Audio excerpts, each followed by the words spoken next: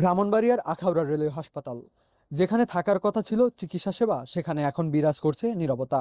সরেজমিনে দেখা গেছে চিকিৎসক কক্ষ ফাঁকা, অধিকাংশ কক্ষ তালাবদ্ধ এবং হাসপাতালটি কার্যরত অচল অবস্থায় রয়েছে।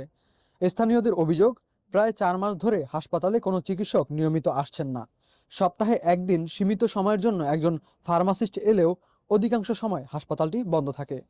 আখাউড়া রেলওয়ে কলোনির প্রায় 600 পরিবারের সদস্যরা অসুস্থ হলে চিকিৎসার জন্য ছুটতে বাধ্য হন ব্রাহ্মণবাড়িয়া সদর হাসপাতাল কিংবা ঢাকায়।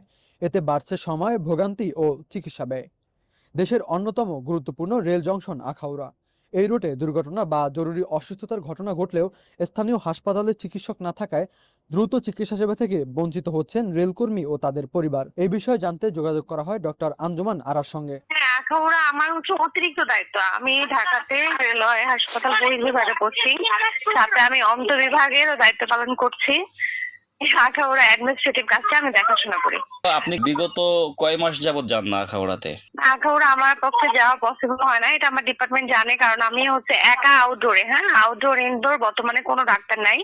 লাস্ট 1.5 বছর আমি একা চালাচ্ছি দুইটা বড় বড় ডিপার্টমেন্ট। তাহলে ওইখানে কি আপনাদের টোটালি আখাউড়াতে আপনি বিগত কতদিন যাবত যান না? না, ওখানে তো আমার অতিরিক্ত দায়িত্ব। আমি গিয়েছিলাম, আমি হচ্ছে যে 2 মাস আগে গিয়েছিলাম একবার। ওইখানে যে প্রায় 500 থেকে 600 প্লাস মানুষজন ফ্যামিলি হ্যাঁ, থাকে, ওখানে যারা আসলে এমপ্লয়ি, এত মানুষ আসলে তাদের তো ট্রিটমেন্টের দরকার হয়। তারা তো অভিযোগ করেছে যে সেটাও তো আসলে আমাদের। তারা তো অভিযোগ আচ্ছা, করেছে। আমি একটু বলি। হ্যাঁ হ্যাঁ, অভিযোগ করেছে এবং হচ্ছে অবশ্যই আমাদের বর্তমানে ডাক্তার সংকট আছে, এই বিষয়ে আমাদের ঊর্ধ্বতন কর্তৃপক্ষ চিন্তা করবে আশা করি।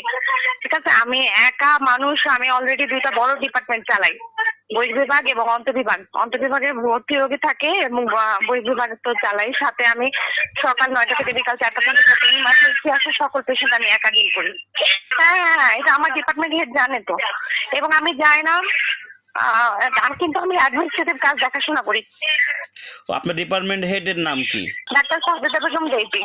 সাজেদা বেগম ডেইজি। তবে স্থানীয়দের প্রশ্ন, হাসপাতাল থাকলেও যদি চিকিৎসক না থাকেন তাহলে সাধারণ মানুষ ও রেলকর্মীরা সেবা পাবেন কোথায়? আখাউড়া রেলওয়ে কলোনিবাসীর দাবি, অবিলম্বে হাসপাতালে একজন নিয়মিত চিকিৎসক ও পূর্ণকালীন ফার্মাসিস্ট নিয়োগ দিয়ে স্বাস্থ্যসেবা নিশ্চিত করা হোক।